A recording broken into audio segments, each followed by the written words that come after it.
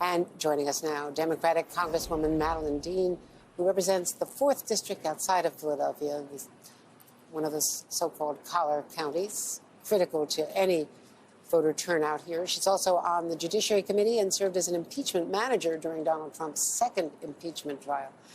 Congresswoman, it's great to see you. You've said you've been urging voters to simplify things, pick one issue that matters most to them, and hold candidates to account. Right now, it seems that the economy, for a large chunk of voters, is the issue that Democrats do not have the edge on, according to polling.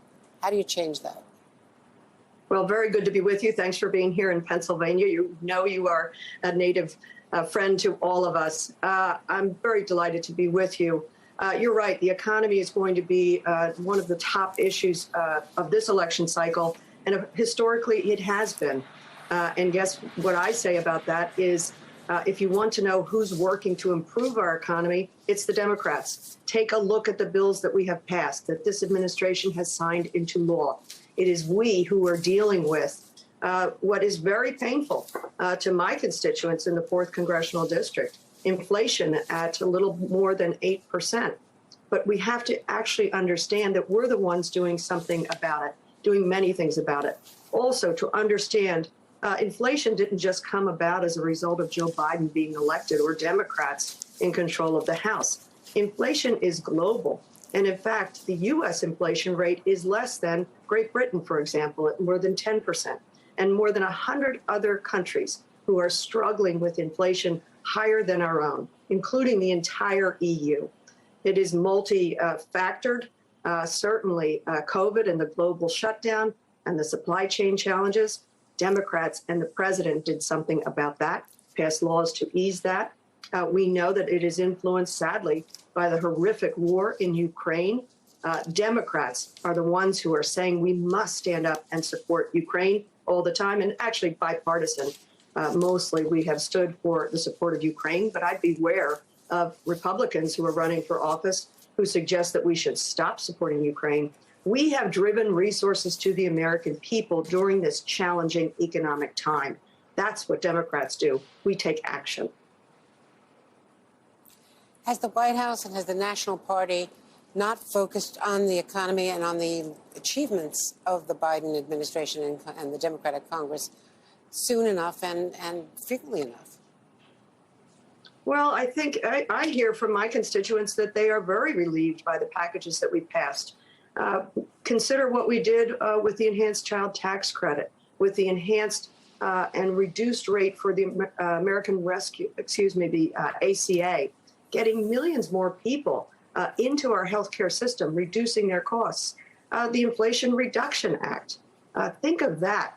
How is it that Republicans, most of them, could not bring themselves to vote for lower prescription drug prices? Let me give you one simple example that is so tangible to my constituents.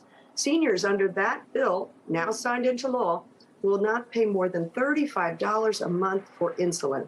They will not pay more than $2,000 a year. And Medicare and Medicaid will be able to negotiate drug pricing.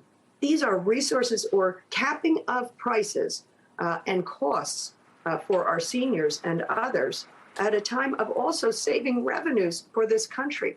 We shouldn't have Medicare overpaying for prescription drugs. So I believe that Democrats are actually getting that message out. But we have to also say we completely acknowledge the pain. I just filled up my car yet again yesterday. You might imagine I'm doing a lot of driving these last few weeks. It is painful to see those numbers rack up.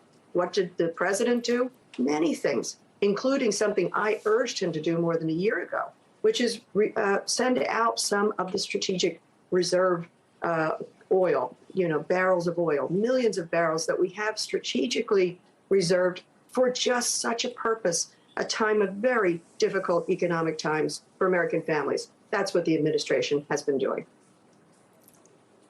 You mentioned Ukraine aid and what Kevin McCarthy and other Republicans have said about cutting off aid. And that is an issue the president had focused on in the last couple of days. But now you've got 30 progressive Democrats in your caucus who wrote a letter calling for negotiations with Russia, between the U.S. and Russia, for a ceasefire, which is absolutely contradictory to the U.S. position, the NATO position, which is that there should be no talks about Ukraine without Ukraine at the table, undercuts the White House position and undercuts the political leverage over the Republicans who are talking about cutting off aid, which, you know, the president correctly said would have been anathema to Ronald Reagan and Republicans for decades.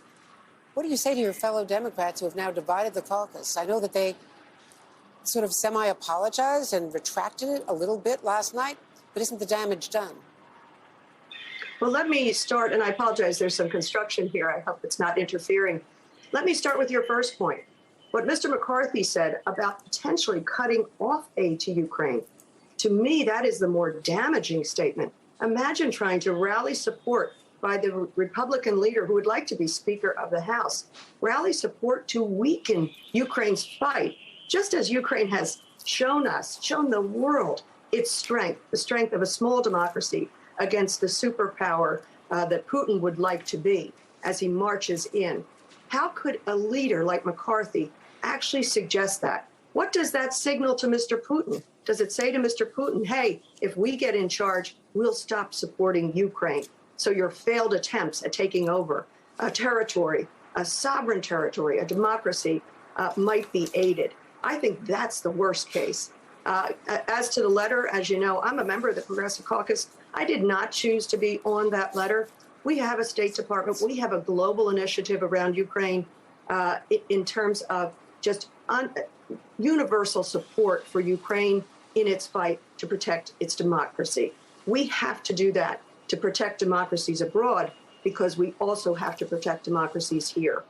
We did see a clarification of the letter.